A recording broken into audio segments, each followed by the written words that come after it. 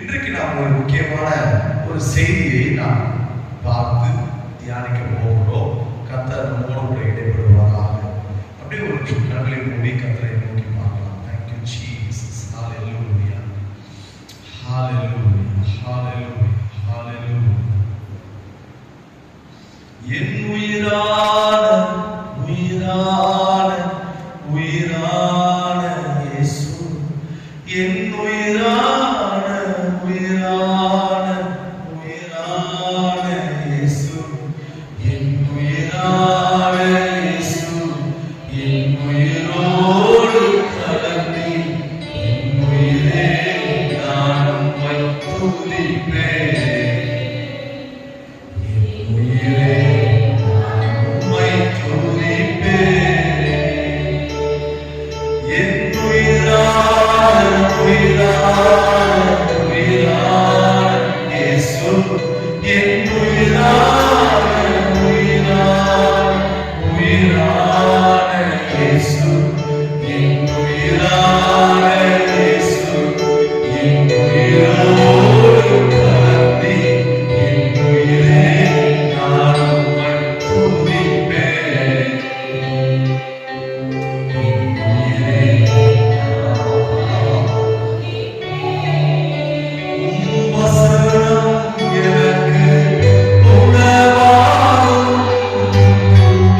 உடலுக்கெல்லாம் அது மருந்தாகும். உம் வசனம் எனக்கு உணவாகும், உடலுக்கெல்லாம் மருந்தாகும். இரவும் பகலும் ஆயத்தம் செய்யார்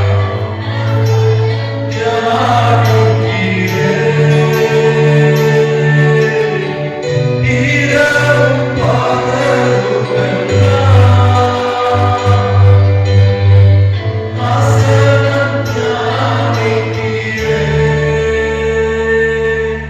என் உயிரான உயிரான உயிரான இயேசு, என் உயிரான உயிரான உயிரான இயேசு, என் உயிரான சொல்லலாம். என் உயிரான இயேசு, என் உயிரோடு உயிரான, ரத்தத்தோடு ரத்தமாக, சதையோடு சதையாக, நரம்போடு நரமாக கலந்து கொண்டவரே நான் ஆராதிக்கிறேன் என்று சொல்லி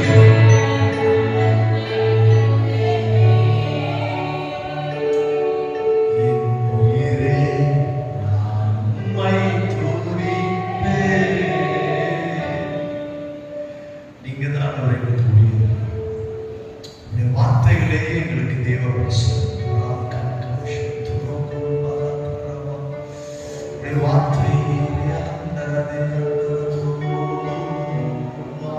சமூகம் நம்மை சுற்றிலும் சூழ்ந்திருக்கிறது. வார்த்தை நாம் எங்களை உயிர்ப்பிப்பீராக. வார்த்தை ஒவ்வொன்றும் எங்களுக்கு ஆவியும் ஜீவனும்.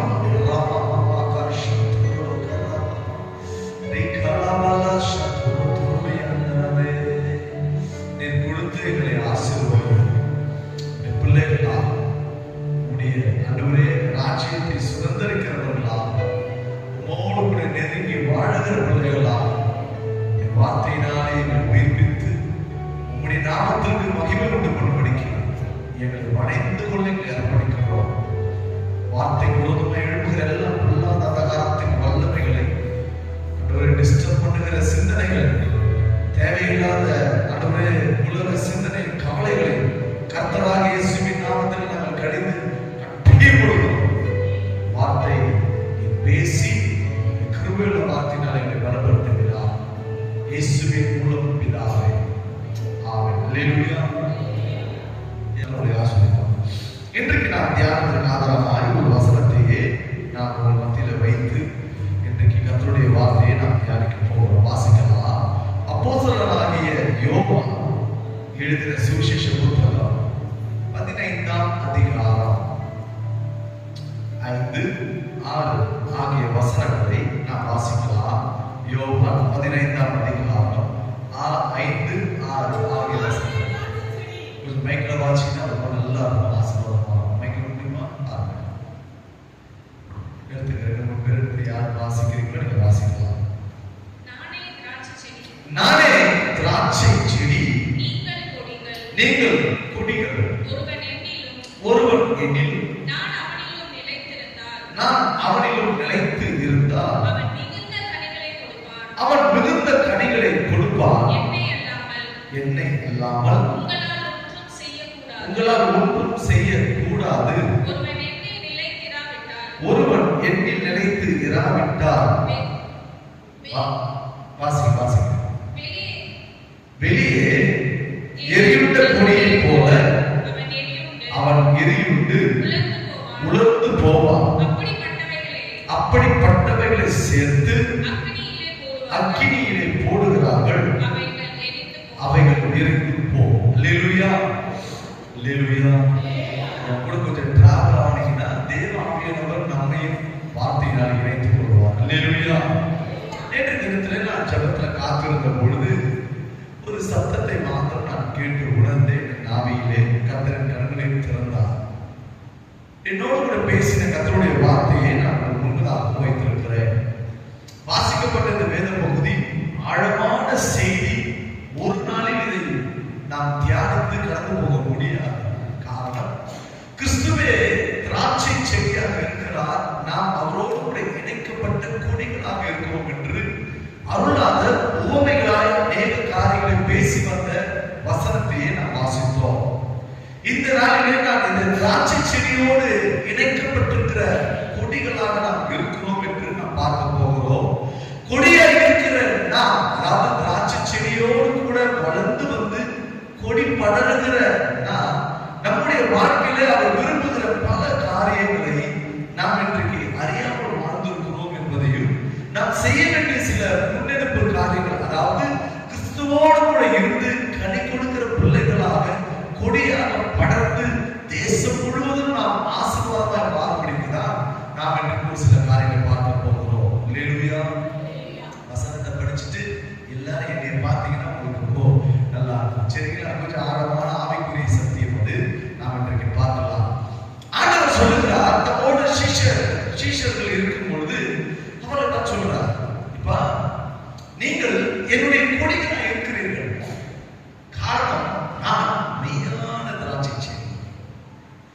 திராட்சை செடி என்பது ஒரு பெரிய தேசத்திற்கும் ஆசீர்வாதமாக இருக்கும்படிக்கு இஸ்ரவேல் தேசங்களிலே மிக முக்கியமான, தவிர்க்க முடியாத ஒரு முக்கியமான கனியாக, ஒரு செடியாக அறியப்படுகிறது. இன்னும் சொல்ல போனால் இஸ்ரவேலரை ஆண்டவர் திராட்சை செடியை போலதான் பார்ப்பார். அவர்கள் கனி கொடுத்து தேசம் முழுவதும் பலனினாலே, கனிகளினாலே நிறைந்திருந்து தேவனுடைய மகிமையை, தேவனுடைய கனத்தை மற்றவர்களுக்கு தெரியப்படுத்த முடிக்கிறார். அவர்களை சாட்சியாக உலகத்தில் வைத்திருக்கிறார். நாமும் ஆவிக்குரிய இஸ்ரவேலர்கள் தான். ஆமென் சொல்லுங்களேன், ஆமென் சொல்லுங்களேன். நாம் எல்லாமே தேசத்தை விட்டு பேசி பேசி அது அந்த தேசத்துக்கு தானே நம்ம நினைக்கிறோம். அப்படி கிடையாது. அவர்கள் மாம்சத்திலே விருத்த சேதனம் பண்ணப்பட்ட இஸ்ரவேலர்கள். ஆனால் நாம் ஆவியினாலே விருத்த சேதனம் பண்ணப்பட்ட ஆவிக்குரிய இஸ்ரவேலர்கள். அல்லேலூயா, அல்லேலூயா. அவர் சொல்றாரு, தேவனுடைய தோட்டத்திலே, திராட்சை தோட்டத்திற்கு எஜமானனாய் பிதாவானவர் இருக்கிறார். பிதாவானவர் இருக்கிற திராட்சை தோட்டத்திலே நான் தான் திராட்சை செடியாய் அறியப்படுகிறேன். என்னுடைய திராட்சை செடியிலே சேர்க்கப்பட்டு வளருகிற, கனி கொடுக்கிற பிள்ளைகளாக நீங்கள் இருக்கிறீர்கள் என்று அவர் சொல்கிறார். இதிலே நாம் திராட்சை கொடியை போல, திராட்சை செடியில் இருக்கிற கொடியை போல படர்ந்து ஒரு ஆசீர்வாதத்தை காட்ட முடியாமல் அநேகருடைய வாழ்க்கையிலே கொடிகள் பட்டு போயிருக்கிறதை ஆவிக்குரிய வாழ்க்கை சொல்றேன். நல்லா கவனிங்க, ஆவிக்குரிய வாழ்க்கைன்னு சொல்றேன். ஆவிக்குரிய வாழ்க்கையிலே நம்முடைய கொடியானது பட்டு போனதாக, அல்லது தோய்ந்து போனதாக, அல்லது கொடிகள் திராட்சை செடியோடு கூட இணைக்கப்படாமல் அறுத்து போடப்பட்டதாக பல பேருடைய வாழ்க்கையை பார்க்க முடியும். இன்றைக்கு நான் ஒரே ஒரு காரியத்தை மாத்திரம் பேச விரும்புகிறேன். காரணம் ஒன்று, தேவனுடைய கிருபையினாலே அநேகருடைய வாழ்க்கையில, ஆவிக்குரிய பிள்ளைகளா இருக்கிறவருடைய வாழ்க்கையில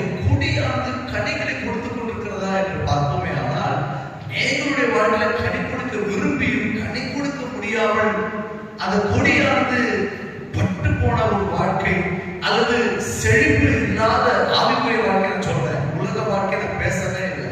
நீங்க உலக வாழ்க்கையில தேவனால் ஆசீர்வதிக்கப்பட்டவர்கள், அதுல மாற்று கருத்து கிடையவே கிடையாது. ஆகிலும் பரலோகம் பார்க்கிற ஒரு சிந்தையை, பரலோகம் பார்க்கிற ஒரு பார்வையை நான் உங்களுக்கு முன்பதாக வைக்க விரும்புகிறேன். ஆனா சொல்றாரு, இயேசு கிறிஸ்துவாகிய செடியாக, திராட்சை செடியாக என்னோடு கூட இணைந்திருக்கிற நீங்கள் மிகுந்த கனிகளை கொடுப்பீர்கள். இன்றைக்கு தேசத்திற்குள் நாம் கடந்து சென்று கொண்டிருக்கிறோம். தேசத்தில் மற்றவர்களை பார்க்கும் பொழுது, நம்மை பார்க்கும் பொழுது ஒரு அடையாளத்தை ஆண்டவர் நம் முகத்திலே, நம்முடைய வாழ்க்கையின் வழிமுறைகளிலே காண்பித்துக் கொடுத்து, இவர்கள் கிறிஸ்துவை சார்ந்தவர்கள், கிறிஸ்து இயேசுவை பின்பற்றுபவர்கள் என்று சொல்லி நாம் அறியப்படும்படிக்கு ஆண்டவர் ஒரு கிருபை கொடுத்திருக்கிறார். அதற்காக ஸ்தோத்திரம். ஆகிலும் பல பேருடைய வாழ்க்கையில் இந்த திராட்சை கொடி, திராட்சை செடியோடு இணைந்த அந்த கொடி ஏன் கனி கொடுக்க முடியாமல் தவறி போனது என்பதை குறித்து மாத்திரமே நான் பேச விரும்புகிறேன். முதல் காரியமாக, ஒருவேளை இந்த செய்தி நீங்க பார்க்க விரும்பீங்கன்னா, அடுத்த வாரத்துல இதே திராட்சை செடியோடு இணைந்திருக்கிற வேறு வேறு திராட்சை கொடியுடைய வேறு வேறு குணாதிசயங்கள் குறித்து நான் பேசவும் ஆவியில் நடத்தப்படுகிறேன். இன்றைக்கு ஒரு காரியத்தை மட்டும் பார்க்கலாம். ஆண்டவர் சொல்றாரு 6ஆம் வசனத்துல, ஒருவன் எங்கில் நிலைத்து இராவிட்டால் அவன் வெளியே எரியுண்ட கொடியை போல இருப்பான். இன்றைக்கு அநேக சபையில சேர்க்கப்பட்டிருக்கிறோம். நாம் சேர்க்கப்படுவதோட ஒரே ஒரு நோக்கம் ஒன்றே ஒன்றுதான், கிறிஸ்து சபைக்கு தலையா இருக்கிறார். ஆமென் சொல்லுங்க. தலையோடு கூட இணைந்த சரீரமாக நாம் இருக்கிறோம். சரீரத்தில் உள்ள ஒவ்வொரு அவயவங்களாக இருக்கிறோம் என்று பவுல் எழுதுகிறார். இன்றைக்கு கிறிஸ்துவின் சபைக்குள் வருகிற நாம் பலதரத்திலே வெளியே எரியுண்ட ஒரு மக்களை போலதான் அறியப்படுகிறோம். உள்ள வரும்போது தேவனுடைய பயபக்தியை காண்பித்து கர்த்தரை ஆராதிக்கிறோம், பாடுகிறோம், காணிக்கை செலுத்துகிறோம், வசனத்தை கவனிக்கிறோம், கேட்கிறோம், வாழ்க்கையில ஏதாவது ஒன்று செய்யணும் சொல்லி ஒரு முடிவுல எடுத்துட்டு வெளியே போகிறோம். வெளியே போன உடனே இங்க இருக்கிற அந்த தேவ பிரசன்னம் வெளியே போனா வேற மாதிரி இருக்குது. ஏனென்றால் இந்த பிரபஞ்சத்தின் அதிபதியா இருக்கிற பிசாசு நம்மளிருந்து ஆண்டவர் கொடுத்த வார்த்தையை நம்மளிருந்து எடுத்து போடும்படிக்கு பல உபாய திட்டங்களை செய்து நம்மை ஆவியில வீழ்த்தும்படிக்கு பல காரியங்களை செய்து கொண்டிருக்கிறார். மனிதர்கள் வழியாக பேசுகிற வார்த்தையினாலே, மனிதர்கள் வழியாக வருகிற தீங்கினாலே, மனிதர்கள் நமக்கு விரோதமாக செய்கிற துரோகங்களினாலே, மனிதர்கள் நமக்கு விரோதமாக செய்யப்படுகிற பல மோசமான காரியங்களினாலே நாம் பார்க்க ஆரம்பிக்கும் பொழுது கேட்ட வசனம், கேட்ட வசனம் செடியோடு கூட இணைக்கப்பட்ட கொடியாய் மாறி சபையை விட்டு வெளியே போன உடனே உலகம் வேற மாதிரி இருக்கும் பொழுது கொடியானது சோர்ந்து போயிடுது. சபைக்கு வந்த உற்சாகமா மாறிட்டேன், சபையில பலதா மாறிட்டேன். நான் வெளியே போன உலகம் என்னை நோக்கடிக்கிறது, என் மனதை போட்டு உடைக்கிறது, என் இருதயத்தை கிழித்து அநேக கவலைகளினாலும் கண்ணீரினாலும் என்னை மாற்றி என்னை வேதனைப்படுத்துகிறது என்று சொல்லி அநேக வெளியே போன உடனே கொடியானது கனிகளை கொடுக்க முடியாமல் பட்டு போகிற வாழ்க்கை மாறிவிடுகிறது. மறுபடியும் அவங்க அந்த நாத்திகள் உள்ள வரும்பொழுதுதான் மறுபடியும் செடியாக இருக்கிற இயேசு கிறிஸ்துடைய பிரசன்னம், அவருடைய உறவு, அவருடைய வார்த்தை, அவருடைய அபிஷேகம், அவருடைய சமூகம் மீண்டுமாய் நம் மீது தொட ஆரம்பிக்கும் பொழுதுதான் நாம் மீண்டுமாய் மீண்டுமாய் மீண்டுமாய் திராட்சை கொடியை போல மாற ஆரம்பிக்கிறோம். இதுக்கு நடுவில் நடக்கிற விஷயத்தை நம்ம பார்க்க போறோம். சபையில வரும்போது திராட்சை செடியோடு கூட நாம் இணைக்கப்பட்டு விட்டோம் என்ற நம்பிக்கை வந்து விடுகிறது. ஆஹா, ஆண்டவர் என்னோட தான் இருக்கிறாரு, ஆண்டவர் தம்மோட என்னை சேர்த்துக் கொண்டாரு, ஆண்டவர் என்னோட பேசிட்டாரு, ஆண்டவர் என்னை உருவாக்கிட்டாரு, மாற்றிட்டாரு, எல்லாத்தையும் நான் செய்ய வாக்கு பண்ணிட்டாரு என்ற சந்தோஷத்தோட கூட போகிறேன்னா, வெளியே போன உடனே உலகம் வேற மாதிரி இருக்கு சொன்னேன். அந்த வேற மாதிரி இருக்கிற அந்த உலகத்தினுடைய வார்த்தைகளும் வேதனைகளும் சுயநலங்களும் போராட்டங்களும் அநேக தோல்விகளும் ஏமாற்றங்களும் வேதனைகளும் பார்க்கும் பொழுது செழிப்பான பிரசனத்தோடு கூட அபிஷேகத்தோடு வார்த்தையோடு கூட கடந்து சென்ற நம்மை அது மறுபடியும் உலகத்தினுடைய அநேக காரியத்திலே நம்மை விழத்தள்ளி நம்மை தேவனோடு கூட செடியோடு கூட திராட்சை செடியோடு கூட இணைக்கப்பட்டிருக்கிற நம்முடைய கொடியை கட் பண்ணுகிறது. அநேக கிறிஸ்தவ வாழ்க்கையை நாம் பார்க்க முடியும், என்ன சொல்ல முடியும். மூலியனா இருக்கிறதுனால நாங்கள் ஐயா தேவ மனிதர்களாக இருந்து அவர்களை பார்ப்பதினால அறிய போகிறோம். எங்களுக்கு வாஞ்செல்லாம் நீங்க எங்களை விட அதிகமாய் தேவனோடு கூட அவரோடு கூட உறவாடி மகிழ வேண்டும் என்பதுதான் எங்களுடைய மனப்பூர்வமான விருப்பம். ஆனா வெளியே போன உடனே செடியோடு கூட இருக்கிற கொடி பட்டு போன உடனே அறுத்து போன உடனே கனிகளை கொடுக்க முடியாமல் தவித்த போகிறது. ஆண்டவர் நினைச்சார், நானே மெய்யான திராட்சை செடி. அதே 5ஆம் வசனம் வாசிங்க. நானே திராட்சை செடி, நீங்கள் அது கொடிகளாக இருக்கிறீர்கள். ஒருவன் என்னிலும் நான் அவனிலும் நிலைத்திருந்தால் அவன் மிகுந்த கனிகளையே கொடுப்பான். நல்ல கவனி இந்த வார்த்தைய. இந்த திராட்சை செடியோடு கூட கொடியானது தொடர்பில்லாமல் இருந்தால், நல்ல கவனிங்க, நல்ல கவனிங்க.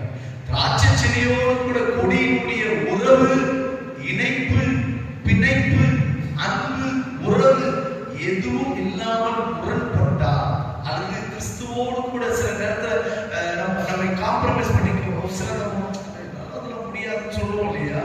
ஆனா நீங்க சொல்லுவீங்க, என்னால செய்ய முடியாது, நீங்க செஞ்சீங்கன்னா அப்படின்னு இல்லையா? அதே தான் சொல்றாரு. எப்பா அவங்க தெரிஞ்சுக்கோ, என் கூட நீ நிலைச்சிருக்கிறதுனா நான் எதெல்லாம் செய்ய விரும்புறனோ அதெல்லாம் வாழ்க்கையில செஞ்சுக்கிட்டே இருப்பேன். ஆனால் நீ என் கூட சேராம என்னில நீ நிலைத்தில்லாம என் சுயபலத்தால் ஓடி பார்த்த ஓட முடியல, என் பணபலத்தால் படைக்க பார்த்த படைக்க முடியல, நடக்க முடியல, நடக்க முடியல, தாங்கிக் கொள்ளுங்க. பாட்டே தெரியாது, புது பாட்டை பாடுறாங்க, சைனா பாட்டு பாடி இருக்கிறேன்னு நினைக்கிறேன். பாதி பேருக்கு பாட்டே பாடல. இப்படிதான் நாம் என்ன பண்ணுறோம்னா, சுயபலத்துல ஓடி போய் நான் செஞ்சிருவேன், நான் பார்த்துக்கிறேன், ஆண்டவருக்கு வாழ்க்கை நடக்கவே கூடாதுன்னு அவர் தன்னுடைய திருவுள்ள சித்தத்துல வைத்திருப்பார். நல்லா கவனிங்க, சில விஷயத்தை நான் சொல்றேன், உங்களுக்கு அப்பதான் புரியும். ஆண்டவர் ஒவ்வொரு குடும்பத்துல தன்னுடைய பரிபூர்ண சித்தத்தை வெளிப்படுத்தவே அவர் விரும்பி கொண்டிருப்பார். அதுதான் 100% உண்மை. ஏன் குடும்பத்துல கணவன் மனைவி முரண்படுகிறார்கள், இவர்களுடைய விருப்பத்திற்கு அவர்கள் மாறுதலா நிற்கிறாங்க, அவங்க சொல்றதை இவங்க செய்ய விரும்ப மாட்டாங்க, எங்கேயோ உதைக்குது, எங்கேயோ இடிக்குது, எங்கேயோ தூக்கி பிடிக்கிறாங்க, எங்கேயோ ஒண்ணு தங்களுக்கு பிடிக்காத ஒரு விஷயத்தை பேசி பேசி பேசி பேசி பேசி உடைஞ்சு போறாங்க. அப்படின்னா கிறிஸ்துவாகிய செடியோடு குடும்பம் பிணைக்கப்படாமல், ஒன்றிணைக்கப்படாமல், கொடியாக மாற்றப்படாமல் இருக்கிற காரியமே. அவங்க என்ன நினைக்கிறாங்க அப்படின்னா, நான் சம்பாதிக்கிறேன், நான் வேலைக்கு போறேன், எனக்கு இது தெரியும், எனக்கு இந்த அனுபவம் இருக்கு, எனக்கு படைப்பாளர் இருக்குதுன்னு நினைச்சிட்டு போறாங்க இல்லையா? ஹலோ ஹலோ, இன்னைக்கு உலகத்தான் தான் கிறிஸ்தவம் மாறிட்டோம். எல்லாருக்கும் தெரியும், அறிவு இருக்குது, புத்தி இருக்குது, ஞானம் இருக்குது, அனுபவம் இருக்குது, படிப்பு இருக்குது, பணம் இருக்குது, படைப்பாளர் இருக்குது, எல்லாமே இருக்குது. நான் செட்டிக்கு போட்ட ஒரு நிமிஷத்துக்கு நான் தெரியுமா, நான் பேசுறோம் கூட இருந்தாங்க ஒண்ணு தெரிஞ்சுக்கிறீங்க. அப்படி பேசுறீங்கன்னா அவர் இல்லாம நீ பேசிட்டு இருக்கிறீங்கன்னு அர்த்தம். சில பேருக்கு விளக்குது நான் சொல்றது. எங்கேயும் யோசிக்கிறீங்களோ, பிள்ளைங்க ரசிக்கிறவங்க உட்கார, ரசிக்கிறவங்க உட்கார, டைவர்ட் பண்ணாதீங்க வசனத்தை. எத்தனை பேருக்கு நான் சொல்றது புரியுது? சத்தம் வரலையே, சத்தம் வரல. புரிஞ்சவங்க மட்டும் சத்தமா, புரியாதவங்க நான் மறுபடியும் சொல்றேன். எனக்கு பணம் இருக்குது, படைப்பு இருக்குது, புத்தி இருக்குது, அறிவு இருக்குது, ஞானம் இருக்குது, அனுபவம் இருக்குது, எங்க அப்பா அம்மா இருக்கிறாங்க, எங்க அண்ணன் தம்பி இருக்கிறாங்க, அக்கா தங்கச்சி இருக்கிறாங்க, நான் நினைச்சேன் அப்படி நினைச்சுன்னா ஏசி இருக்கு வேணாம், நான் எங்க வேலையிலே நான் பார்த்து நினைக்கிறேன்னு அர்த்தம். ஆனால் அதுவே எல்லாம் விரும்பும். ஆண்டவரே நீர் எனக்கு போதும் என்று சொல்லுகிறவர்கள் தான் மெய்யான திராட்சை செடியோ மெய்யான திராட்சை செடியோடு இணைந்து வாழ்கிற கோடிகளாக இருக்கிறது. ஏற்படுற கணவனுக்கும் மனைவிக்கும் பிரச்சனை, போராட்டம், முகம் கூட பார்த்துக்க மாட்டாங்க. ஒரு சிலர் முகம் கூட பார்த்துக்க மாட்டாங்க. நல்லா தெரிஞ்சுக்க, நீ திராட்சை செடியோட இல்லைன்னு அர்த்தம். கணவனுக்கு எந்த ஒரு உபசரிப்பு மனைவி செய்ய மாட்டாங்க. நல்லா தெரிஞ்சுக்கோ, நீ தேவனாகிய கர்த்தருடைய திராட்சை செடியில நீ கொடியாக இணைக்கப்படலன்னு அர்த்தம். நீ யார் தெரியுமா? அடுத்த 6ஆம் வசனம் சொல்லுகிறது, ஒருவன் என்னில் நிலைத்திராவிட்டால் அவன் வெளியே எரியுண்ட கொடியை போல. அப்படின்னு என்ன அர்த்தம்? ஹலோ, நீங்களாவே சுய முடிவு எடுக்கிற வரைக்கும் அப்பா பாதத்துல உட்கார்ந்து கேட்டு ஆண்டவர் உங்களுக்கு உணர்த்தாததை, அல்லது ஆண்டவர் உங்களுக்கு கட்டளையிடாததை, அல்லது ஆண்டவர் உங்களுக்கு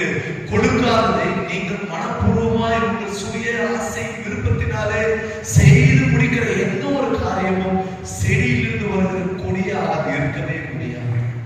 அது வெளியே எரியுண்டு போடப்படுகிற தேவனால் விரும்பப்பட்டதற்கான ஒரு கொடியாக தான் அது அறியப்படும். அது எங்க நம்ம போய் சேரும்?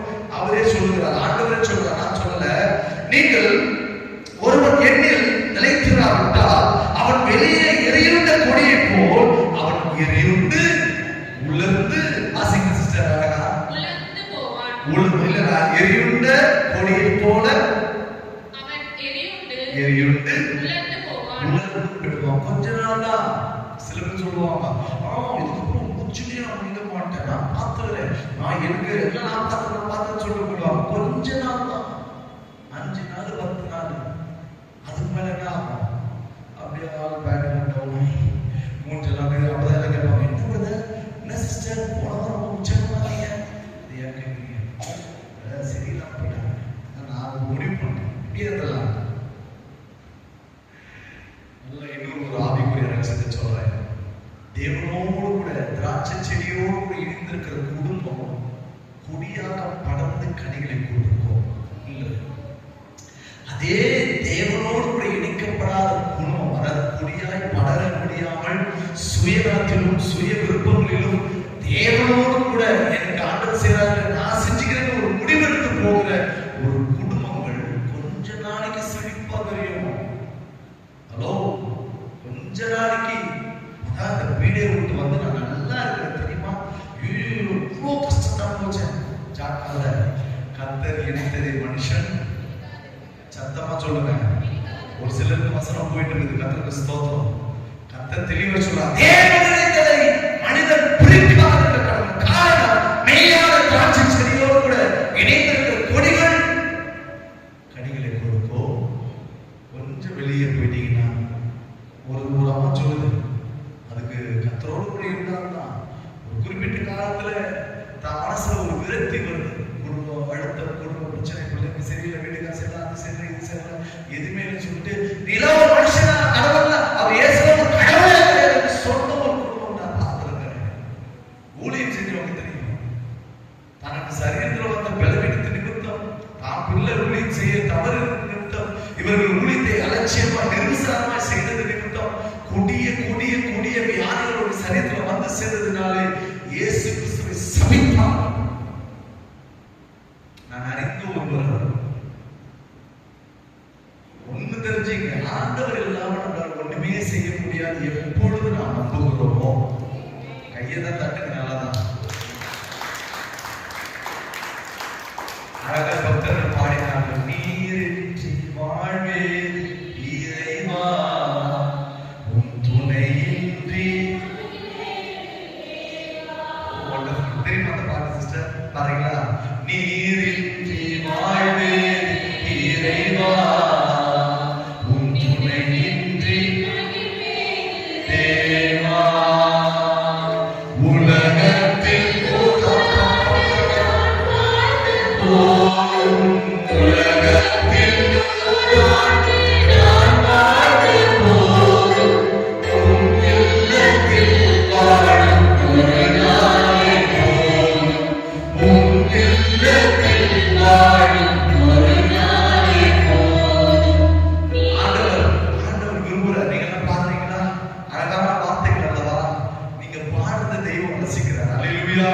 அப்படியே கண்ண முடிய யாரையும் பார்க்காதீங்க. எனக்கு அந்த வார்த்தையில் அபிஷேகம் இருக்கிறது, என் நாவில்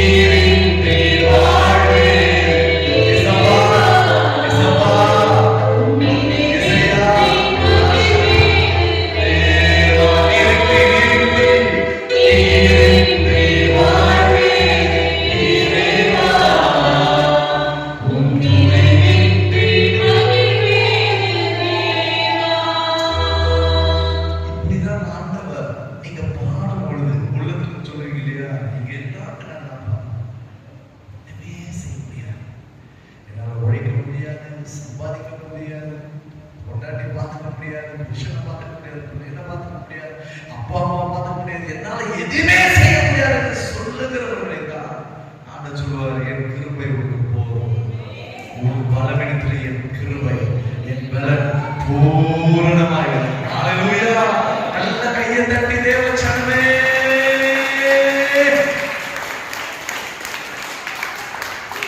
இயேசு கிறிஸ்துவினுடைய வார்த்தை தெளிவாக சொல்கிறது, நீங்கள் என் கொடிகள். எவ்வளவு உரிமையான சொல்றாரு பாருங்க. கொஞ்ச நாளை தான் கல்யாணம் பண்ணவங்க அந்த லவ் பண்ணி கல்யாணம் பண்றவங்க பார்ப்போம். நேற்று ஒரு ரீல்ஸ் ஒரு பார்த்தேன். அது சொல்லுது, ஏங்க லவ் ஸ்டேக்கு முன்னாடி என்ன பேசுறீங்க, எவ்வளவு கொஞ்சினீங்க, இப்போ திரும்பி கூட பார்க்க மாட்டீங்க. ரீல்ஸ் ஒண்ணு கேக்குது, அதை கொஞ்சம் நான் தெரியாதமா பண்ணேன், யாரா பண்ணனேன்னு தெரியல, யாரா பண்ண பொண்ணு நான் யாரா கல்யாணம் பண்ண தெரியலன்னு சொல்றேன். அப்படியெல்லாம் நம் தேவன் ஒரு நாள் விடவே மாட்டார். ஒவ்வொரு நாளும் உங்களை நேசிக்கிறவராய் உங்கள் பின்னாகவே அவர் வருவார்.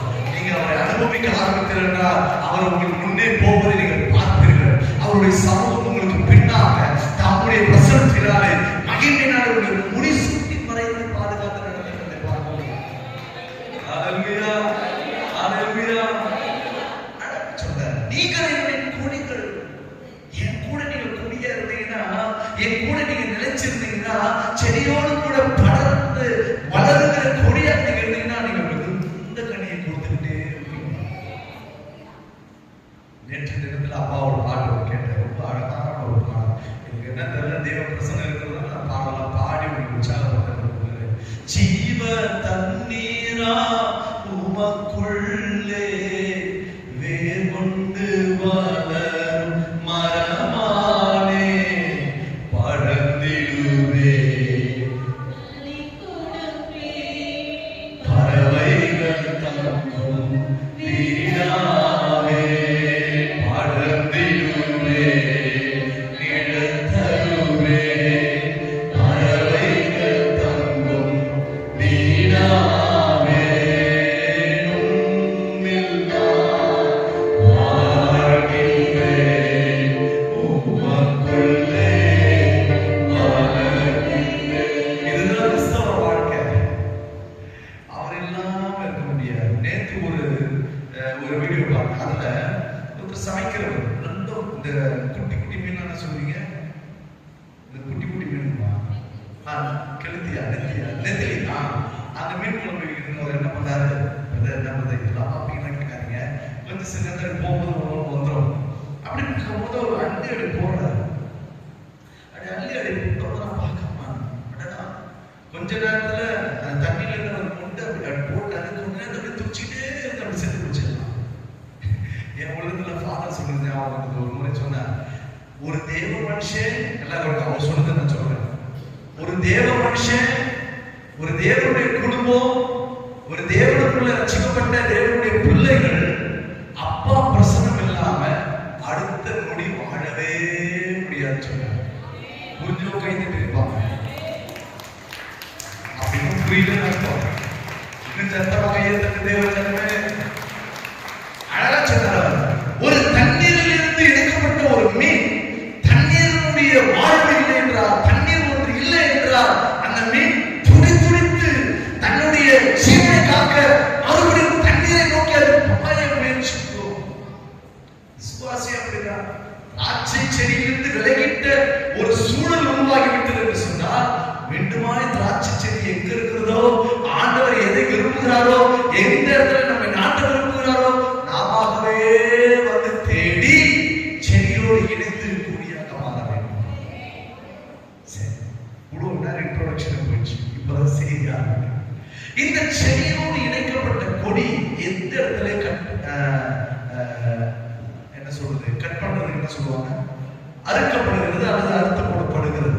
எந்த இடத்துல அந்த உறவு டேமேஜ் ஆகுது, எந்த இடத்துல அது பழுதாகி தேவனோடு கூட இருக்கிற உறவு கெட்டு போகிறதை மாற்றுவதில் ஒரு காரியத்தை நான் சொல்லிக் கொடுத்து நான் செய்தியை முடிக்க விரும்புகிறேன்.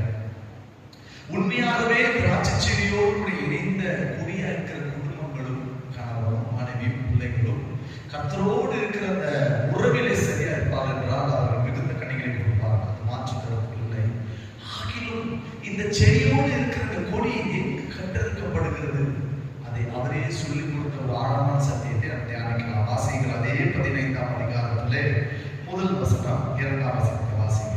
நான் மெய்யான திராட்சை செடி, என் பிதா திராட்சை தோட்டக்காரர். என்னில் கனி கொடாதிருக்கிற கொடி எதுவோ, என்னில் கனி கொடாமல் இருக்கிற கொடி எதுவோ அதை அவர் அறுத்து போடுகிறார். அவரே அறுத்து போடுகிறார். கனி கொடுக்கிற கொடி எதுவோ, கனி கொடுக்கும்படி திராட்சை கனி கொடுக்கிற கொடி எதுவோ அதை அதிக கனிகளை கொடுக்கும்படி அதை சுத்தம் பண்ணுகிறார். அல்லேலூயா. அவர் என்ன சொல்ல வர்றார் தெரியுமா? ஒரு செடியை ஒரு விவசாயியை பார்த்தா நமக்கு தெரியும். நான் அடிக்கடி ஊருக்கு போகும்பொழுது பார்ப்போம், பச்சை பசேல் இருக்கும், கண்ணு அப்படியே ஒத்திக்கிற மாதிரி இருக்கும். அதை பராமரிப்பதற்காக விவசாயிகள் செய்கிற பல பிரயாசங்களை நம்மால் பார்க்க முடியும். முதலாவது அதை விதைத்து அதற்கான மருந்துகள், அதற்கான வெளிச்சத்தினுடைய காரியங்கள் இருக்கிறதா இருக்கட்டும், தண்ணீர் பாய்ச்சிற காரியமா இருக்கட்டும், அதற்குள்ளே தேவையில்லாத ஒரு அந்த கனிகளை கெடுக்க நினைக்கிற தேவையில்லாத அசுத்தமான மிருகங்களும் பிராணிகள் வரக்கூடாதபடிக்கு அவர்கள் முன்னெடுக்கிற சில காரியங்களா இருக்கட்டும், ரொம்ப ஜாக்கிரதையோடு கூட இருந்து அந்த கனிகள் அந்த விவசாயம் வளர்வதற்கு பல பிரயாசம் எடுப்பார். நமக்கும் ஆண்டவர் கனிகளை கொடுக்கும்படிக்கு ஒரு முக்கியமான காரியத்தை கொடுத்து வைத்திருக்கிறார். என்ன அப்படின்னு பார்த்தீங்கன்னா 3ஆம் வசனம் வாசிங்க. நான் உங்களுக்கு சொன்ன உபதேசத்தினாலே நீங்கள் இப்பொழுது சுத்தமாய் இருக்கிறீர்கள். 4ஆம் வசனம், என்னில் நிலைத்திருங்கள், நானும் உங்களில் நிலைத்திருப்பேன். கொடியானது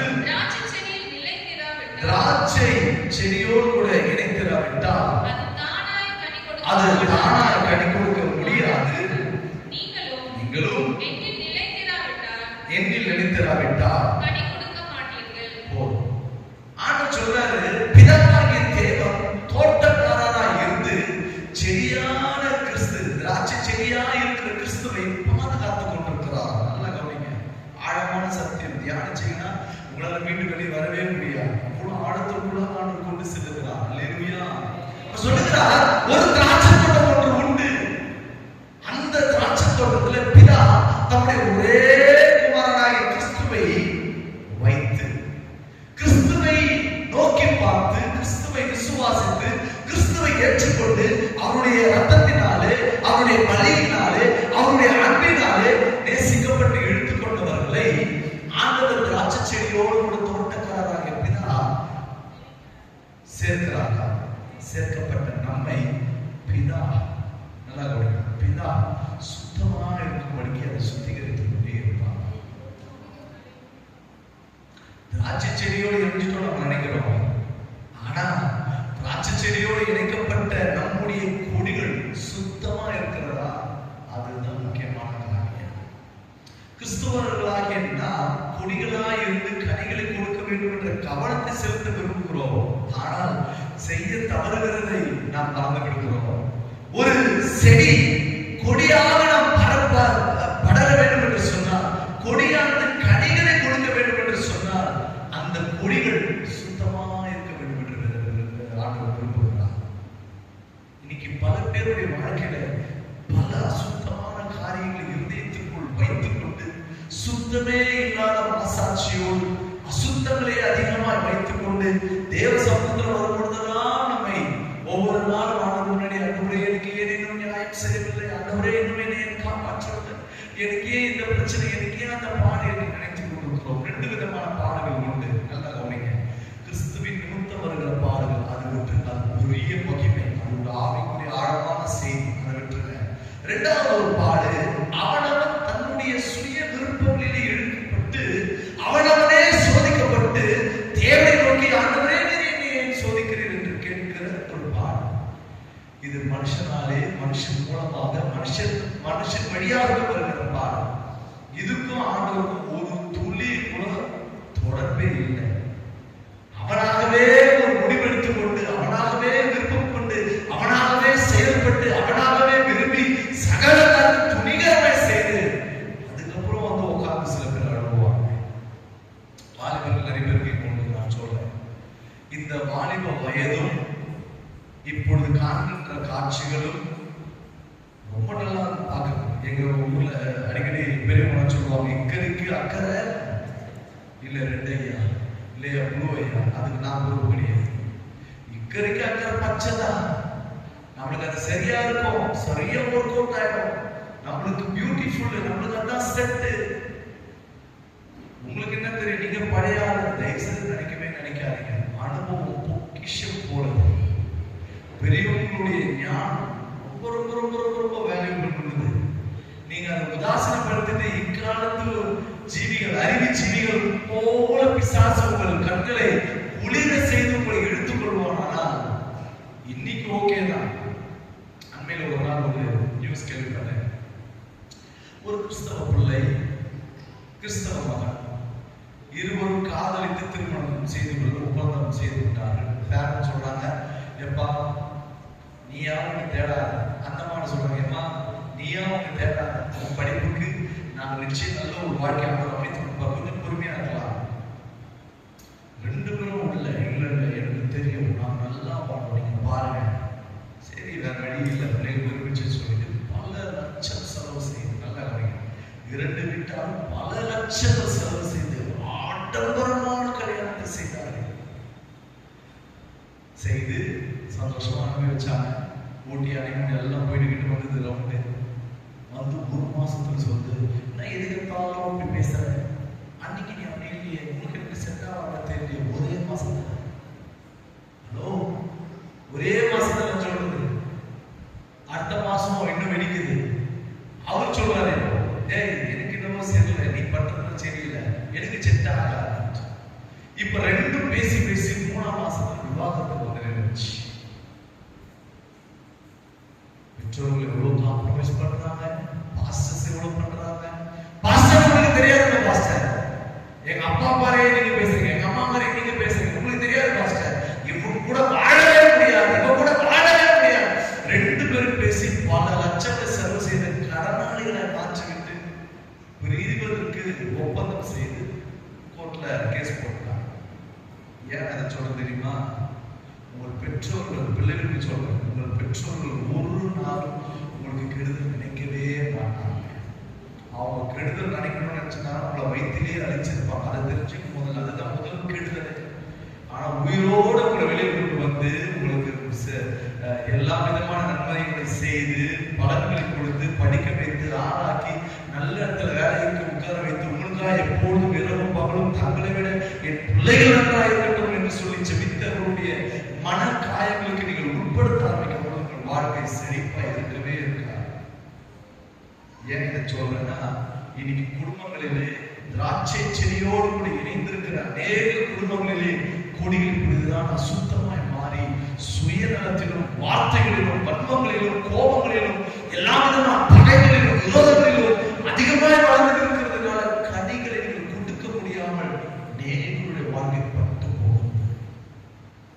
பிதா திராட்சை தோட்டக்காரனாய் இருக்கிறார், அவர் சுத்தம் செய்ய பிடிக்கிறார். எப்படி சுத்தம் பண்ணுவார்? ஒன்று இயேசு கிறிஸ்துவினுடைய ரத்தம், அதுல மாற்று கிடையவே கிடையாது. ஆகிலும் நம்மை சுத்தமாக்குகிற ஒரு காரியம் ஒன்று உண்டு. அதை தான் நான் சொல்லுகிறேன். 3ஆம் வசனம் வாசிக்கிறேன். நான் உங்களுக்கு சொன்ன உபதேசத்தினாலே நீங்கள் இப்பொழுது பைபிள் எடுத்து வராதவங்க உட்காந்துருக்கீங்க, பைபிள் பார்த்து படிங்க. நீங்க படிக்க பாப்பா கேட்கிறேன், பைபிள் பார்த்து படிங்க சிஸ்டர் பிரதர், சத்தமா படிங்க, மறுபடியும் படிங்க. நான் உங்களுக்கு சொன்ன உபதேசத்தினாலே ஆயிட்டீங்களா? என்ன சொல்றாரு பார்த்தாங்க. நீங்க என்னோட கூட இருக்க வேண்டிய செடி கொடியாக இருக்க வேண்டிய நீங்கள் சுத்திகரிக்கும்படிக்கு நான் சில காரியத்தை உபதேசத்தினாலே உங்களை உருவாக்கி உருவாக்கி உருவாக்கி உங்களை சுத்தமாக்கி கொண்டே வருகிறேன். நீங்க ஒரு உபதேசம் வந்துருச்சு, அதை நான் சொல்லி கொடுக்குறேன். கண்டிப்பே வேண்டாம். ஆறுதலும் தேர்தலும் ஆசீர்வாதங்களும் உயர்வுகளும் இதையே காதுக்கு நீ பிரசங்கத்திலே பேசுகிறேன்னு சொல்ற ஒரு கூட்டம் வந்துவிட்டு நம் தவறை நாம் சுட்டி காட்ட யாராவது ஒரு பேச்சிருப்பார்களா? எதுக்கு பாஸ்டர் இப்படி பேசுறாரு, எதுக்கு ஐயா இப்படி பேசுறாரு, ஏன் இப்படி அப்படி கிடையாது சிஸ்டர். உங்க முகத்துல ஏதோ ஒரு காரியம் ஒருத்தர் சொல்றாங்க, என்ன முகத்துல எப்படி இருக்குது கேட்கிறாங்க, எப்படி போய் கண்டுபிடிப்பீங்க? கண்ணாடி போய் பார்ப்பீங்கல்ல? அதேதான் நம்ம வாழ்க்கையை பார்ப்பதற்கு ஆண்டவர் பரிசுத்த வேதாகமத்தை கொடுத்து வைத்திருக்கிறார். இங்கிருந்து தான் பிரதர் உங்களுக்கு கண்டிப்பு சொல்லிக் கொடுக்க முடியும், இங்கிருந்து தான் பிரதர் உங்களுக்கு உபதேசத்தை சொல்லிக் கொடுக்க முடியும், இங்கிருந்து தான் பிரதர் உங்களுக்கு சுத்தத்தை சொல்லிக் கொடுக்க முடியும், பரிசுத்தத்தை சொல்லிக் கொடுக்க முடியும், இங்கிருந்து தான் நித்திய ராஜ்யத்தை குறித்து சொல்லிக் கொடுக்க முடியும், இங்கிருந்து தான் தேவனுடைய அன்பை சொல்லிக் கொடுக்க முடியும். எதுவுமே இதெல்லாம் பிரதர் நான் இப்பவுமே காதுக்கினே பிரசனமே கேட்கிறீங்கன்னா அதுக்கு நான் ஒன்றும் பொறுப்பு கிடையாது. நீங்கள் உங்கள் கொடிகளை அறுத்து போடும்படிக்கு உங்கள் மனவிருப்பமான வாழ்க்கையை வாழ ஆரம்பிங்க. எப்படி இந்த வசனத்தை கொண்டு ஆண்டவர் நம்மை சுத்திகரிக்கிறார்? வசனத்தை தியானம் செய்ய ஆரம்பிக்க உட்காரும் பொழுது அல்லது பிரசங்களை கேட்க உட்காரும் பொழுது திராட்சை செடியா இருக்கிற கிறிஸ்துவின் வார்த்தையை பிதாவாகிய தேவன் பரிசுத்தாவியரை கொண்டு தேவ மனிதனை கொண்டு ஆண்டவர் திருமணம் பற்றி பேசுகிறார் திருச்சபைகளிலே. மகளே மகனே, தேவனுக்கு விரோதமாய் பாவம் செய்யாதே என்று நாங்க பேசுறதில்லை. ஏன்னா நாமளும் உங்களை மாதிரி பலவீனம் உள்ளவர்கள் தான் என்று நாங்கள் அறிந்திருக்கிறோம். வேதமே எங்களுக்கு சாட்சி சொல்லுது. எலியா என்பவர் நம்மை போல பாடுள்ள மனுஷன். இஸ்ரவேல் தேசத்திற்கு முன்பதாக அநேக பாவத்திற்கு தேசத்திற்கு முன்பதாக கர்த்தரே தெய்வம் என்று உரைத்து அக்கினியை வாழ்ந்திலிருந்து இறக்கினவர். ஆகிலும் அவனை குறித்து சொல்லுவது அழகா சொல்லுது, அவன் நம்மை போல பாடுள்ள மனுஷன் தான்ப்பா. நல்லமே பிரசங்கிக்கிறவங்க எல்லாரும் ஓகே பர்ஃபெக்ட்லாம் கிடையாது. பர்ஃபெக்டா ஆகாம என்ன உதவி செய்து வருதுன்னா எந்த அளவுக்கு கனியா எந்த அளவுக்கு திராட்சை செடியோடு கூட கொடியாக படர என்னை அதிகமாக ஒப்பு கொடுக்கிறேனோ என்னை அவர் கொடிகளை பரிசுத்தப்பட ஆரம்பிக்கிறார். இந்த கொடி அசுத்த கனிகள் வராதபடிக்கு கனிகளை பரிசுத்த தேவனுடைய ரத்தத்தினாலே வார்த்தையினாலே சுத்திகரித்து சுத்திகரித்து கனியை தூய்மையாக்கி கொண்டே இருக்கிறார். உங்களுக்கு ஒரு ரகசியத்தை சொல்றேன். ஏன் இன்னும் இயேசுநாதர் வரல? பக்கத்துல பார்த்து ஏன் இயேசுநாதர் வரல? பக்கத்துல வந்து பேசுங்க. பின்னாடி எல்லாம் சொல்லுங்க, நான் பேசவே மாட்டேன், எனக்கு பிடிக்காத ஒரு ஆள் வந்து உட்கார்ந்து அப்படின்ற மாதிரி பாக்குறீங்க. சபையில நீங்க இங்கேயே பாத்துட்டீங்கன்னா மேல உங்களுக்கு அவங்களதான் உட்கார வைப்பாரு. இப்பவே பழகிப்போ. மேல கஷ்டப்பட்டு இருக்கக்கூடாது, இருந்தா ஓய்வு இருக்கோ அப்படின்னு பூமிக்கு போயிட்டு இருக்கிறார். ஒழுங்கா பார்த்து பேசுங்க. ஏன் இயேசுநாதர் இன்னும் வரல?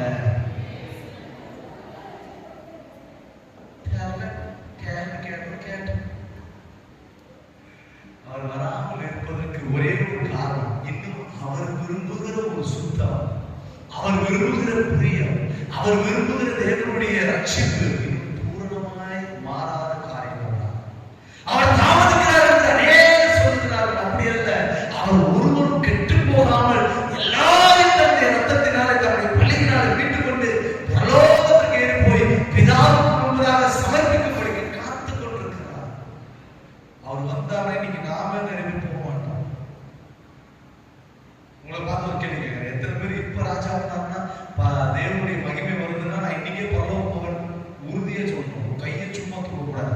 என்ன உறுதியா சொல்ல முடியும்? இப்ப ராஜா வெளிப்படுறாருன்னா நம்ம குடும்பமா போறதுக்கு ரெடியா இருக்கும்.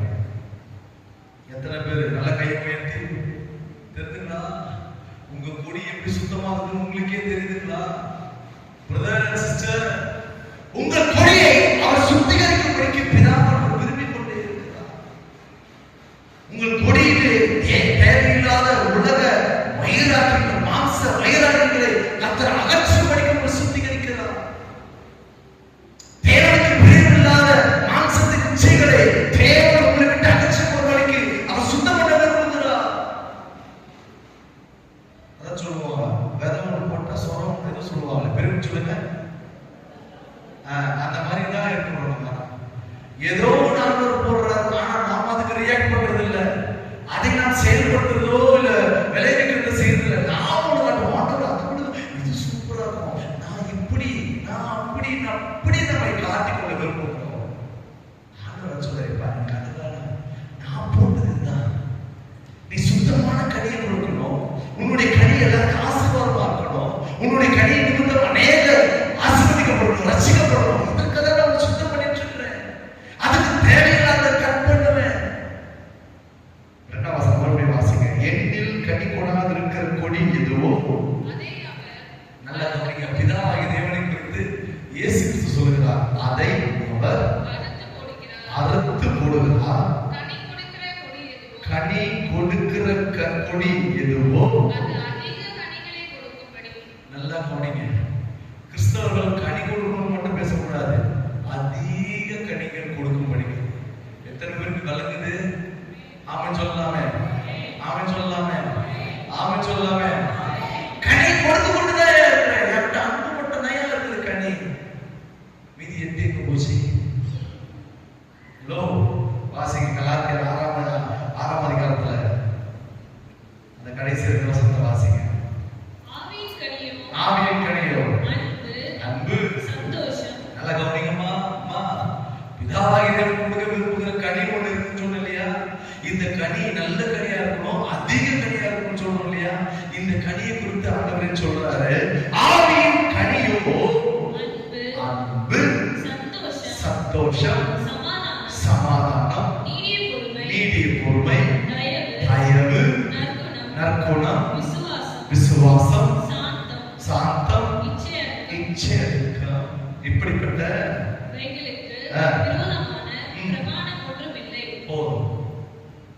கனிகள் கனிகள் கனிகள் கனிகள்.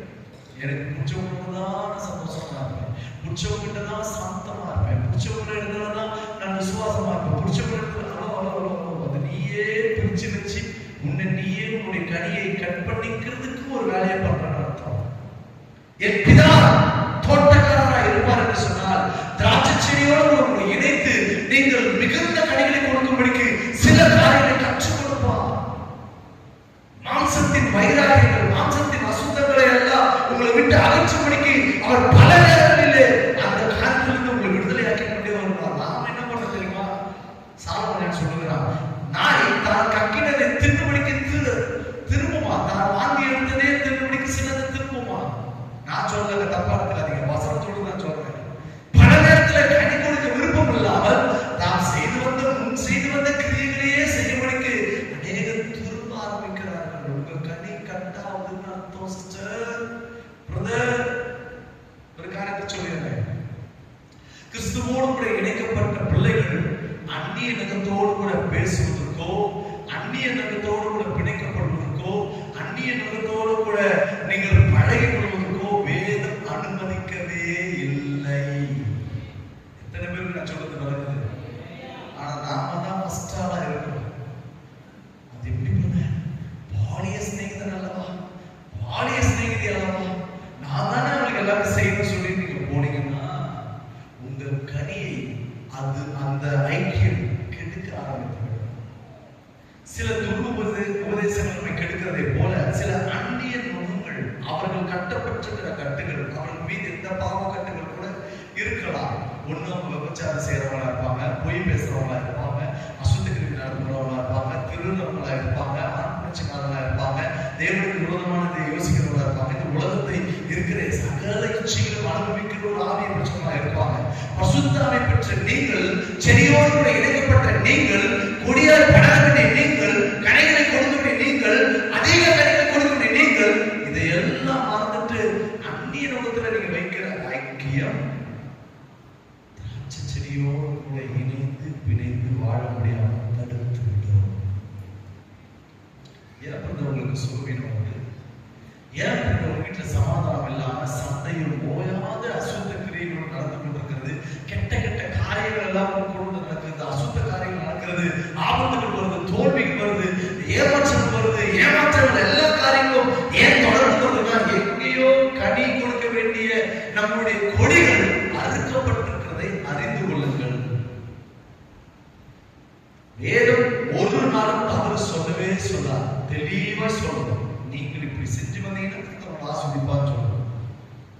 கனிகளோடு கூட இணைக்கும்படிக்கு கனிகளை அதிகமாய் கொடுக்கும்படிக்கு கொடியோ செடியோடு கூட இணைக்கப்பட வேண்டிய கொடியை அவர் சுத்தம் பண்ண ஆரம்பிக்கும் போது சில நேரத்தில் வேதனையானதான் இருக்கும்.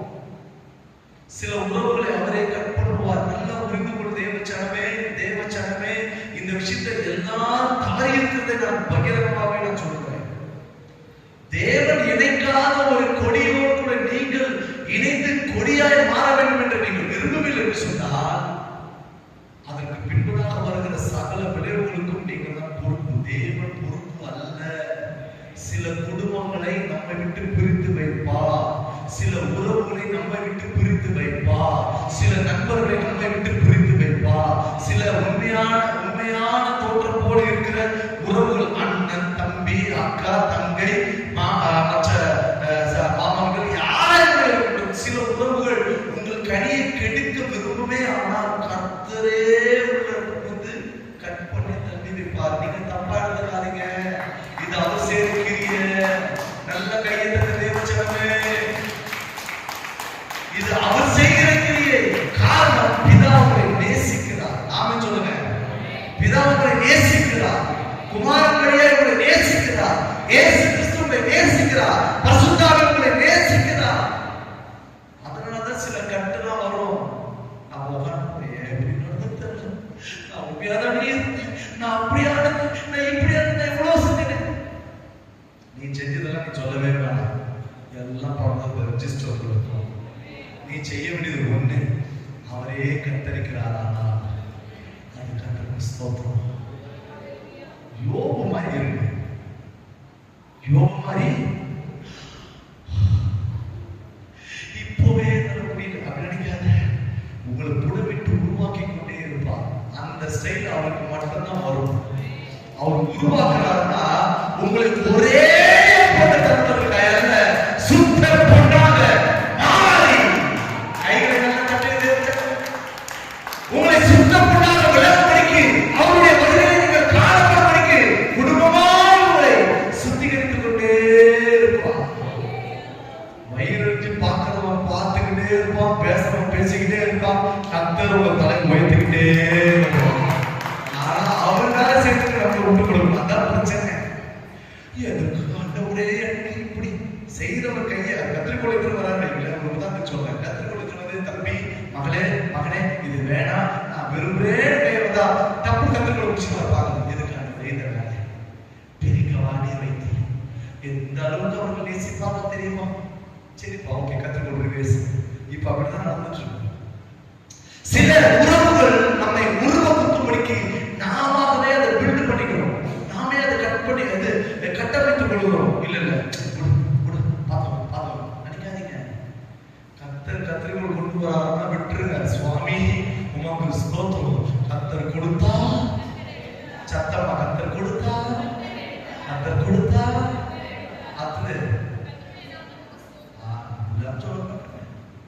அவருக்கு கண்ணீர் தெரியுமா? அவர் எனக்கு மட்டும்தான். நான் யோபை விட கொடுமையான கஷ்டம் இருக்கிறேன். ஹலோ, யோபு கையில் இருந்தது எல்லாம் போயிட்டு யோபு மேலே பிசாசு கை வைக்கிறான். ஒன்னும் இல்ல, உங்க வீட்டுல திடீர்னு டிவி ஃபெயிலியர் ஆச்சுன்னா எப்படி வாங்க போறேன்னு தெரியல. டிவிக்கே நீ போனது. நான் அந்த டிவிக்கு சொல்லங்க, நான் டிவியே சொல்றேன். நீங்க ஒண்ணு டிவிக்கே போயிடாதீங்க, ஓகேவா? டிவியிலே நீங்க யோசிப்பீங்க எப்படி வாங்க போறது தெரியும். யோபு சொல்லுகிறார், கர்த்தரிடத்திலிருந்து நன்மை பெற்றா சத்தமா இதெல்லாம் பண்ணாங்க. ஒரு பொம்மை தீமையே தான். ஹலோ, சில நேரத்திலே நம்மை சுத்திகரிக்கும்படிக்கு அவரே நம்மை வழிநடத்துவார். அந்த சுத்திகரிப்பு நமக்கு நடக்க வேண்டும் என்றால் இந்த வசனத்தின் வழியாக தான் அதை செய்யணும். வசனம் எப்பொழுதெல்லாம் உங்களோடு கூட பேசுகிறதோ, நல்லா கவனிக்கும். வசனம் எப்பொழுதெல்லாம் உங்களோடு கூட பேசுகிறதோ, எப்பொழுதெல்லாம் உங்கள்கிட்ட வசனம் இது தவறு என்று சுட்டி காண்பிக்கிறதோ, எப்பொழுதெல்லாம் வசனத்தை கொண்டு ஆவியானவர் திருமணம் பற்றுகிறாரோ, இருதயத்தில் நம்முடைய வார்த்தையை சத்தமா பேசுகிறாரோ, அப்பெல்லாம் ஒண்ணு தெரிஞ்சுங்க, ஆண்டவருக்கு பிடிக்கல, இதை நான் விட்டுருவோம். இயேசுவோடு இணைச்சிருவோம்.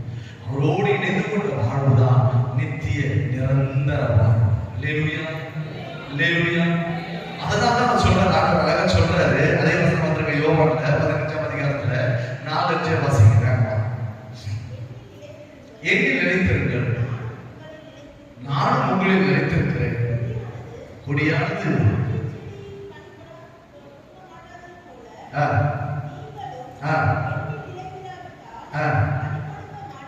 கனி கொடுக்க ஆண்டவர்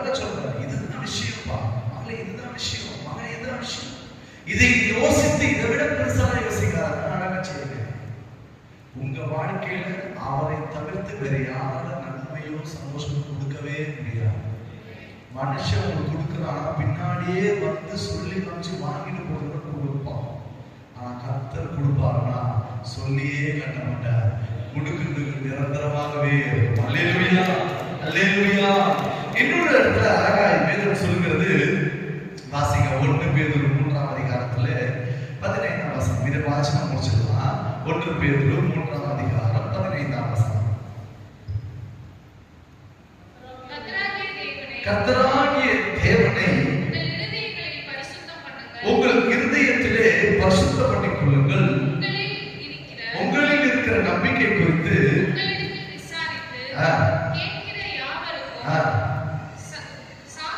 சாந்தத்தோடும் வணக்கத்தோடும் உத்தரவு சொல்ல. இரண்டாவது, ஆண்டவர் கர்த்தருடைய வசனத்தை கொண்டு நம்மை சுத்திகரித்து தேவையில்லாததை கட் பண்ணிட்டு உபதேசத்தின்படியே நம்மை வழி நடத்த அந்த கொடியோடு கூட செடியோட கொடி இணைந்திருக்கு அவர் வசனத்தை கொடுத்து நம்மை பாடுபடுத்துகிறார். இரண்டாவது சொல்றாரு, வசனத்தோடு மாத்திரம் நீங்க நினைச்சிருக்க முடியாது. ஹலோ ஹலோ, வசனத்தோடு மாத்திரமே உங்களால் நினைச்சிருக்க முடியாது. சில அப்படியே யோசிப்பீங்க. அதுக்கு பதிலாக அவர் இன்னொரு காரியம் சொல்றாரு, சில நேரத்தில் உங்களை சுத்திகரிக்கும்படிக்கு, சில நேரத்தில் உங்களை பரிசுத்தம் பண்ணும்படிக்கு, சில நேரத்தில் தேவையில்லாத கற்பனைக்கு ஒரு காரியத்தை அவர் செய்வார். என்ன காரியம் தெரியுமா? வேதம் சொல்கிறார், கர்த்தராகிய தேவனை உங்கள் இருதயங்களில், அப்படின்னா அதனோட வேறொரு டிரான்ஸ்லேட் சொல்லுது, உங்களுடைய இருதயத்திலே உங்களுக்கு தேவனோடு கூட இருக்கிற அந்த செடியோடு கூட இருக்கிற உறவு பலப்பட ஒவ்வொரு நாளும் அவரை ஆராதனை செய்யணும். ஹல்லேலூயா. என்ன காரணம் தெரியுமா? பாட்டு பாடும் போது கூட சேர்ந்து பாட்டு பாடணும், ஆராதனை எடுக்கும் போது கூட சேர்ந்து ஆராதனை எடுக்கணும். தனிப்பட்ட நேரங்களிலே தேவ பாடல்களை, தேவனுடைய பாடல்களை கேட்டு கேட்டு பாடிட்டு இருக்கணும். பல நேரங்களிலே நமக்கு நேரிடுகிற நன்மையோ அல்லது மோசமான சில காரியங்களோ பிரச்சனைகளோ போராட்டமோ வரும்பொழுது அந்த நேரத்திலும் உங்கள் இருதயத்திலிருந்து பரிசுத்த தேவனை போற்றி பாடி பாடி பாடி அவரை மகிமைப்படுத்தணும். இதனுடைய அந்த டிரான்ஸ்லேட் நான் வாசிக்கிறேன். கிறிஸ்து பரிசுத்தர் என உங்கள் உள்ளத்திலே போற்றி பாடுங்கள் என்று வேதம் சொல்கிறது. இந்த வசனத்தினுடைய வேறொரு மொழிபெயர்ப்பு, உங்கள் இருதயத்திலே தேவனை பரிசுத்தம் பண்ணுங்கள் என்று சொல்றாங்களா? உங்களை நீங்கள் பரிசுத்தம் பண்ணிக் கொள்ள அவரை பாடிக்கிட்டே இருக்கணும்.